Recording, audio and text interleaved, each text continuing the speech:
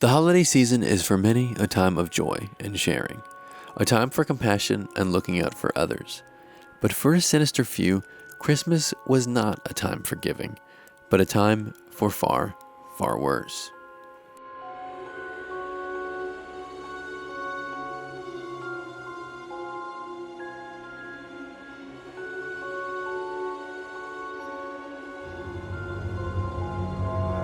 On December 28, 1987, Ronald Gene Simmons made his way into Russellville, Arkansas, where he shot and killed 24-year-old Kathy Kendrick, a woman he used to work with, and 33-year-old Jim Chaffin. After doing so, he would surrender himself to police with no altercation. However, this was just the last in a long line of horrible crimes the police would soon discover. After his arrest, police went to Simmons' home in Dover, where they would find the bodies of several family members who were murdered by Simmons, including his wife, 7 of his children, and 4 of his grandchildren. Piecing together the chain of horrifying events, police would discover that on December 22nd, Simmons first killed his wife, their adult son who was visiting, and his 3-year-old granddaughter. That same day, his 4 school-aged children would arrive home on the school bus, to be murdered one by one, all 7 family members buried in a pit. Taking a break from the spree, it is said that he spent several days watching TV and drinking beer. On December 26th, the Simmons' adult children would arrive for a holiday visit. His children's families showed up separately, and he killed them as they came in the house. 8 of the children and grandchildren were strangled by Simmons, while his daughter Sheila and her daughter were shot. Days after the spree, a 4-page letter penned by Simmons' wife Becky detailed the horrid circumstances she had been living with in the time leading up to her death.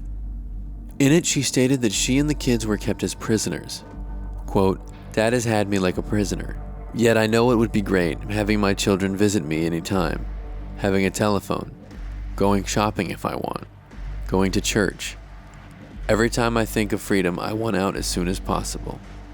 It would later be revealed that years earlier, 3 incest charges were brought against Simmons in New Mexico.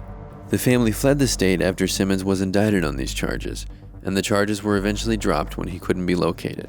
Simmons was tried and convicted for the capital murders in Russellville, as well as those of his family, and was executed on May 31st, 1990 by lethal injection.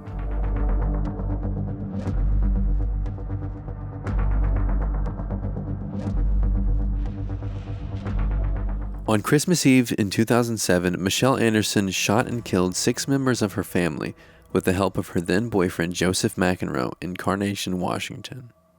The day of the killings, Anderson and McEnroe drove to her parents' home around 4 p.m., and Anderson confronted and then shot and killed her father, while McEnroe distracted her mother. Moments later in the kitchen, McEnroe would then kill Anderson's mother. The bodies were taken to the backyard shed, where McEnroe and Anderson spent an hour mopping up the blood. Anderson's brother, sister-in-law, and their 2 children then arrived at the house. Concerned, Anderson's sister-in-law, Erica, called 911, but the call was interrupted. The couple and their children were then shot and killed by McEnroe and Anderson in the living room. Anderson then walked down the driveway and locked the gate, turning away 2 deputies who responded to the 911 call. On December 26th, the day after Christmas, one of Anderson's mother's co-workers discovered the bodies at their home after Mrs. Anderson had failed to show up to work that day. Anderson and McEnroe drove back to the house where the massacre took place, were questioned, and later arrested by police. In her taped confession, Anderson admitted to having planned out the murders out of being tired of everybody stepping on her, asking McEnroe for help with the killings. She additionally admitted to being angry with her brother for not paying her back $40,000 she claimed he had borrowed over the years, as well as with her parents for taking her brother's side. In 2016, she was sentenced to life in prison after being convicted of 6 counts of aggravated murder. A year before, McEnroe was found guilty of 6 counts of aggravated first-degree murder and sentenced to life in prison as well.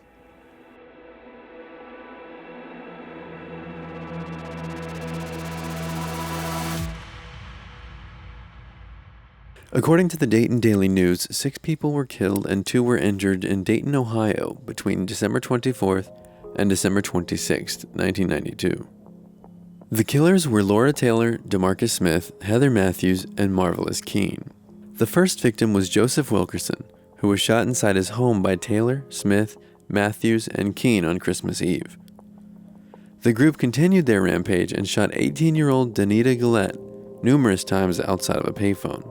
At a different location, Jeffrey Wright was shot 4 times, but luckily survived his injuries. On Christmas, Richmond Maddox was shot in the head and killed while driving his car on Benton Avenue. The next day, the group went to rob Shortstop Mini Market, and in the process shot clerk Sarah Abraham and customer Jones Pettis.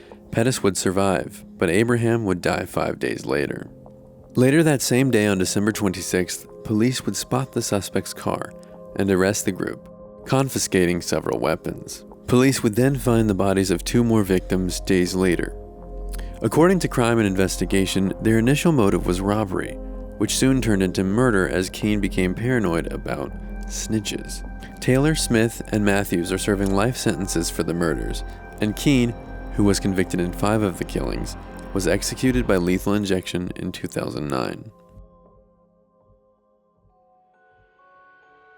While the holiday season is supposed to be a time of peace and tranquility, joy and cheer, for the victims of these crimes, both dead and still living, Christmas time is a horrifying reminder of the chaos and evil that is often all too present.